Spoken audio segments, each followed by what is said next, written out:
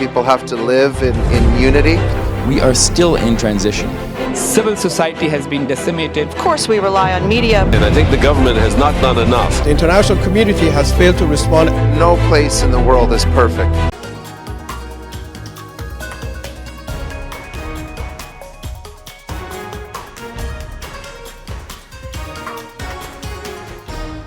Hello viewers, I'm your host Shivangi Mishra with another episode of South Asia Focus. Let's begin the show with second edition of India-Nepal Economic Partnership Summit 2023, which was recently organized at Birganj in Nepal. The event was a joint effort by the Consulate General of India in Nepal and Birganj Chamber of Commerce and Industries.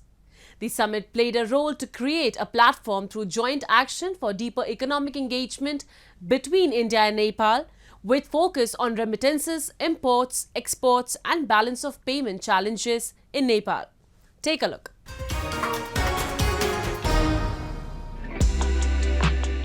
In order to discuss the way further to strengthen the bilateral economic partnership, a one-day India-Nepal Economic Partnership Summit was organized at Birganj in Nepal. The event, organized in association with the Consulate General of India, Birganj and Birganj Chamber of Commerce and Industries. While setting the tone of the summit, the session chair Atul K. Thakur, who is the Secretary of India-Nepal Center, PhD CCI, reflected on the necessity for having a collaborative approach among the stakeholders in the government and industry to tap the rich potential and also cope the challenges in post-pandemic times through India-Nepal economic cooperation. In today's time, Nepal being the friendliest neighbor of India, has an active role to play in South Asia region. And as we all are aware that SAARC has been mostly dysfunctional over the years. And other experiments like BPIN too has its own limitations. So now it's time that friendly neighbors like India and Nepal should come forward and also create the basis for sub-regional cooperation. The summit dwelt on new roadmap for accelerating India-Nepal bilateral cooperation, promoting industrial development in Nepal and India, revisiting bilateral trade policies, expanding bilateral and sub-regional economic cooperation, and improving border area development and connectivity. In his opening remarks, Anil Kumar Agrawal, President Birganj Chamber of Commerce and Industries (BICCI), recounted Birganj's achievement as a major trade hub of Nepal and how BICCI has been contributing over the decades and making the industry and trade crucially important for India-Nepal economic relations. हामीसँग बिरगन्जमा ठुला संरचनाहरू dry port ICP सबैहरू स्थापना भइसकेको अवस्था रहेको छ। यसलाई बढी भन्दा बढी कसरी चलायमान बनाउन सकिन्छ, आउने दिनहरुमा जुन प्यासेन्जरको मुभमेन्ट छ, अहिले सारा कार्गोको मुभमेन्टहरु आईसीपी बाट डाइभर्ट भएको छ। आउने दिनहरुमा प्यासेन्जरको लागि पनि प्यासेन्जर भेहिकल प्लस प्यासेन्जरहरुको लागि पनि आईसीपी बाट मुभमेन्ट हुने व्यवस्था भइदिएपछि धेरै सजिलो हुने हुन्थ्यो र त्यो मोनिटरिङ पनि सजिलै हुन सकिन्छ। The chief guest and keynote speaker of summit, Devi Sahai Meena, Consul General of India in Nepal, reassured New Delhi's support to accelerate the economic cooperation between India and Nepal. India is Nepal's largest trading partner and the largest source of foreign investments. India accounts for almost 2/3 of Nepal's merchandise trade, 1/3 of trade in services, 1/3 of foreign direct investments, almost 100% of petroleum supplies, and a significant share of remittances. The summit played a role to create a platform through joint action for deeper economic engagement between India and Nepal, with focus on remittances, imports, exports, and balance of payment challenges in Nepal. As per the organizers, it channelized investment from India to Nepal and other ways round, and re-established the India-Nepal bilateral relations as the core strength of the sub-regional cooperation in South Asia. It played a role to create a sustained convergence of industry and government for thriving on the mutually beneficial India-Nepal bilateral relations in all crucial realms. The second edition of India-Nepal Economic Partnership Summit also raised the discussion further and ideate for making cluster-based economic zones across Nepal. Let's now move to Pakistan, where Baloch nationalists protesting against extrajudicial killings and enforced disappearances were arrested and blocked from entering Islamabad. The police used water cannons and tear gas on the demonstrators and took several women protesters to police stations. The long march was initiated on December 6 from Balochistan's Turbat. The movement made its way to Quetta, involving families of missing persons and people killed without trial. The march had started to move towards Islamabad after a successful stop at Dera Ismail Khan. A report.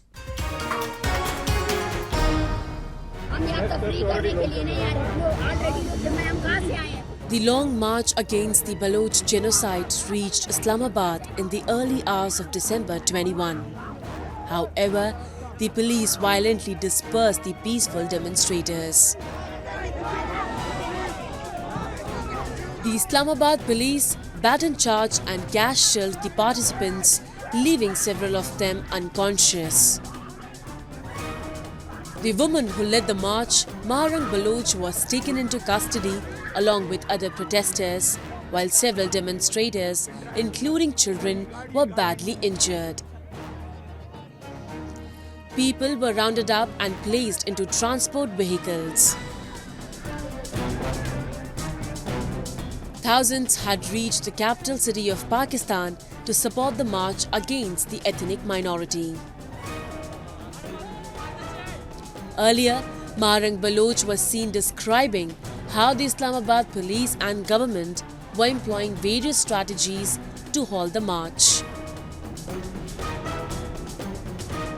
इससे पहले हम जहाँ से गुजरे हैं वहाँ गिरफ्तारियाँ हुई है, FIR हुए हैं हमारे साथियों पर, लेकिन ये तहरीक नहीं रुकी है। और हम फिर से ये कह रहे हैं कि हमें जहाँ रोका जाएगा वहाँ हम एहतजाजी धरना देंगे। हमारा ये था कि हमारे सारे साथी जो है ना वहाँ नेशनल प्रेस क्लब में हमारा इंतज़ार कर रहे थे, वहाँ हमें एहतजाजी धरने को ज्वाइन करना था, जिसमें साफ़ी हजरात थे और इस्लामाबाद के जितने भी सियासी पार्टियाँ थी वो सब वहाँ मौजूद थे। तो एक तरफ हमें यहाँ से मूव करने नहीं दिया जा रहा है और दूसरी तरफ नेशनल जो प्रेस क्लब है उसको भी सील कर दिया गया है। ये इलेक्शन के दौर पर और यहाँ पे जो इस्लामी जमहूरिया पाकिस्तान है उसकी हकीकत यहाँ आया होती है कि यहाँ पर कौमों को, जो आबाद कौमें हैं, उनकी आवाज़ कितनी मायने रखती है इस रियासत के लिए। The long march was initiated on December 6 from Balochistan's Turbat. The movement made its way to Quetta, involving families of missing persons and people killed without trial. The march had started to move towards Islamabad after a successful stop at Dera Ismail Khan. For decades, Balochistan has been affected by human rights abuses and extrajudicial killings. There are several cases of torture and arbitrary detentions, but restrictions on press freedom hampers independent reporting.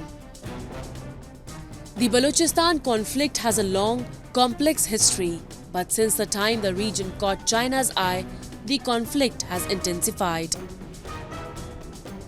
Baloch nationalists, forming many groups, have been fighting the state to oppose curbs on civil rights and the China-Pakistan Economic Corridor projects that they say deprive locals of natural resources while giving few jobs. China is acting like the foe of the Baloch people by collaborating with Pakistan, the enemy of the Baloch nation. Islamabad and Beijing jointly want to strengthen Punjabi colonization over Balochistan for their expansionist evil designs and economic benefits.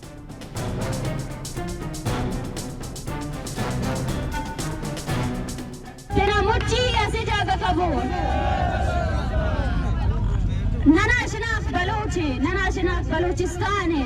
Baloch अपनी सरजमीन बलूचिस्तान के लिए जद्दोजहद कर रहा है और जो भी बलूच और बलूचिस्तान को अलग करने की बात करेगा, हम यही कहते हैं कि बलूचिस्तान की सरजमीन के लिए बलूच जो है ना 70 सालों से जद्दोजहद कर रहा है, वो आगे भी करेगा। और हमारा ये नारा सारे पाकिस्तान के एजेंट, सारे वज़रा ये सुन ले कि हम बलूचिस्तान का नारा लगाते लगाते जो है ना अपने खून से जो है ना कुर्बानी करेंगे, लेकिन बलूचिस्तान का जो हमारा क्लेम है वो खत्म नहीं होगा। Baloch activists have time and again urged the international community to intervene and stand against the ongoing violence in the region. We want freedom! We want freedom! They are organizing a series of protests to make the international community aware of Pakistan's atrocities in Balochistan. Protesters carrying placards can be seen chanting slogans against the Pak atrocities. They are waiting for someone to listen to them.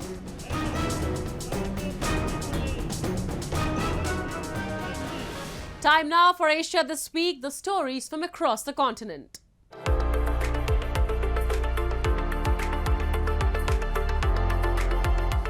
Prime Minister Narendra Modi inaugurated the world's largest meditation center, Swarved Mahamandir in Varanasi on December 18.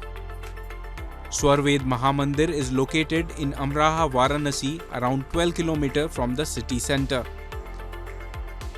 The colossal structure is a 7-story building which is spread over 3 lakh square feet. Around 3,137 verses from the spiritual text Swarved are engraved on its walls. The Swarved is a spiritual text authored by Sadguru Sri Sadafal Dioji Maharaj. According to the temple website, around 20,000 people can sit together and meditate in the meditation center.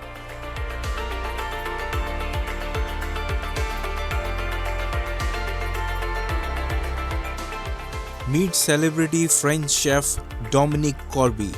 He has earned numerous medals from the French government for preparing French cuisine, including Legion of Honor.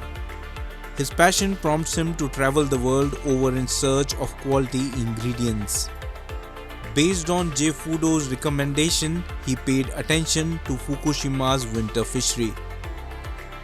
Geo-Politics is developing promotions to accelerate the export of Japanese food. Dominique Corby visited Haragama Fishing Harbour in Soma City. It is a very familiar place for him. 震災の後に炊き出しとかたくさん行きまして、すごいなんか大変なものもなったんだけど、で、今日見たらなんか戻ってきてるとなんか感じてますね。The seafood market is filled with positive energy. Workers at Fishing Harbour, Haragama expressed confidence in area's recovery. どうですか？もう元気になりました。そういう。そうですね。東日本大震災があって、原発事故があって、1年ぐらい、漁がストップした時期はあったんですけども、福島県を代表するようなヒラメ、ブランド化したトラフグ、今メインとなって水揚げしているような状況です。Chef Corby selects quality ingredients for his French cuisine.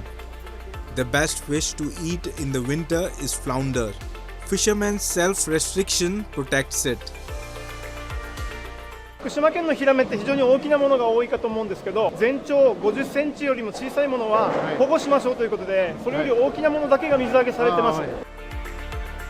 After his return to Tokyo, Chef Corby managed to capture the essence of Fukushima's cuisine and prepare his own dish. はい、できました。一つ目の料理はほぼヒラメ、マトダイのマリネ。で、二つ品目のは、ブヤベス、渡りガニとホタテ貝のものです。コルビーマジック、福島と私の料理です。Now Corby adds new flavors to his stock of French cuisine after his fishing trip to Fukushima.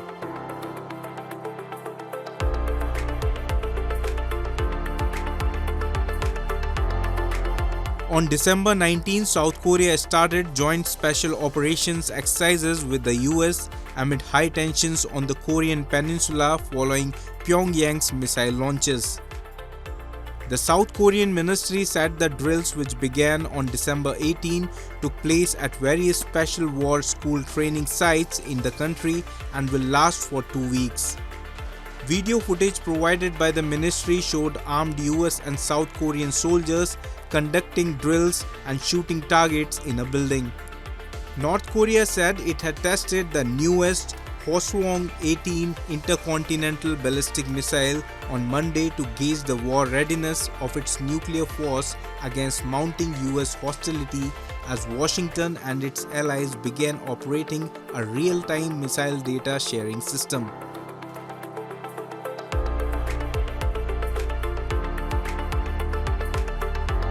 The Tokyo Metropolitan Government organized Grand Cycle Tokyo in Odaiba, Tokyo for cycling enthusiasts. It was aimed to enjoy beautiful landscape, clean fresh air and accelerate to grow healthy life. Tokyo Governor Yuriko Koike announced the beginning of the event and outlined its goals. グランドサイクル東京レインボーライド、これからスタートいたします。とにかくまっすぐ一心不乱に前を向かれるかもしれませんけれども、どうぞ心にも余裕を持ちながら今日一日楽しんでいただきたいと思います。 Tokyo Metropolitan encourages bicycling in a safe and healthful manner. Its goal is to encourage people to participate in sports at least once a week and lead a person with disability to accessible sports. Odaiba area has Rainbow Bridge and newly added Gate Bridge. These two bridges are landmark in Tokyo to attract local residents and visitors. A 32-kilometer course and an 8-kilometer course were prepared. 4,500 cyclists participated in the pleasant breeze and stunning scenery, including Olympic and Paralympic medalists as well as other cyclists. Adoption of safe riding is another crucial aspect. Helmet was compulsory for all cyclists. Enthusiasts with tandem bicycle, which is designed for 2 riders, also participated in the event. People with physical disability also participated.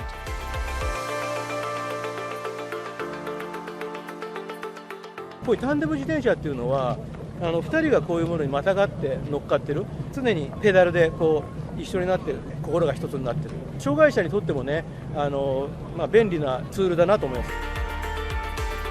Bicyclists enjoyed the crisp, clean air and picturesque scenery of autumn along with the contentment that comes with being a Tokyo metropolitan.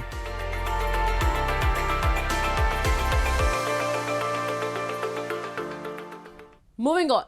Opposition strike recently turned violent in Bangladesh, where protesters set a train ablaze, killing 4 people.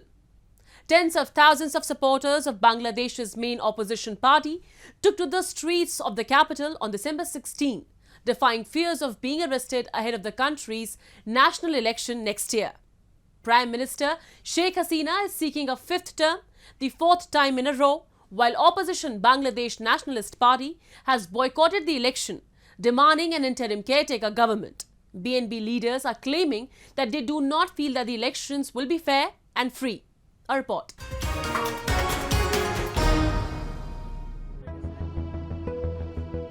Huge plumes of smoke were seen rising out of a train in Bangladesh after protesters set it ablaze on December 19. According to reports, 4 people, including a mother and child, were killed after 3 compartments of the train were set on fire. The train was heading for the capital of Dhaka from the northern district of Netrokona when passengers saw the flames a short distance from its destination. The tragic incident was the latest to happen during a countrywide strike called by the opposition to press its demand for the government to resign ahead of next month's general elections. Tens of thousands of supporters of Bangladesh's main opposition party took to the streets of the capital on December 16, defying fears of being arrested ahead of the country's national election next year. Some activists and supporters of the Bangladesh Nationalist Party gathered in front of the padlocked headquarters entrance in Dhaka. 7 তারিখের নির্বাচন মতামত হচ্ছে জনগণ ভোটবিহীন অবস্থানে থাকবে, vote কেন্দ্রে যাবে না এবং জনগণ বুঝে ফেলছে যে সরকারের একটি রং এবং তামাশামূলক নির্বাচন। এই নির্বাচনে অংশগ্রহণ আমরা জনসাধারণ করব না এবং বিএনপি তো প্রশ্নে আসে না, বিএনপির সাথে সাথে সাধারণ জনগণও এই নির্বাচনে অংশগ্রহণ করবে। Bangladesh is gearing up for national elections on January 7. Prime Minister Sheikh Hasina is seeking a 5th term, the 4th time in a row, while BNP has boycotted the election, demanding an interim caretaker government. BNP leaders are claiming that they do not feel that the elections will be free and fair. Sheikh Hasina, on the other hand, has consistently dismissed calls from the opposition to resign and has accused the BNP of stoking anti-government demonstrations. এবং অবৈধ সরকার যে বলছে BNP গুহায় চলে গেছে, BNP গুহায় চলে যায় নাই, সেটারই প্রমাণ আজকে সারা ঢাকা শহরে বিএনপির তৃণমূলের নেতা কর্মীরা রাজপথে নেমে এসেছে সেই সরকারকে দেখানোর জন্য যে বিএনপি গুহায় চলে যায় নাই, বিএনপি রাজপথে আছে, রাজপথেই থাকবে, রাজপথ থেকে আমরা ফয়সালা করে নেব, এই অবৈধ সরকারকে বিদায় জানাবো। Among the 44 political parties that are officially registered, 26 have decided to run in the elections, while the remaining 14 have decided to abstain. Political analysts say that the absence of major players in elections will favor the Awami League's return to power. However, some reports suggest that Islamist groups will be on rise if BNP opts out. The enriching history and the unique culture of India's Bihar state is its speciality. The state has maintained essence for ages in the form of fairs and festivals. Today in our show, we'll give you a glimpse of the multicultural state of Bihar, which is celebrating one of Asia's largest cattle fairs, Sonpur Mela, in a bid to preserve its regional heritage. Let's have a look.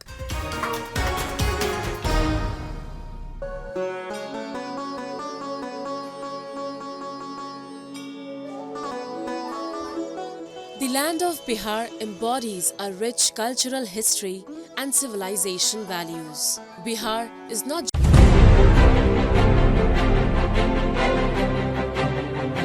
People have to live in unity. We are still in transition. Civil society has been decimated. Of course, we rely on media. And I think the government has not done enough. The international community has failed to respond. No place in the world is perfect.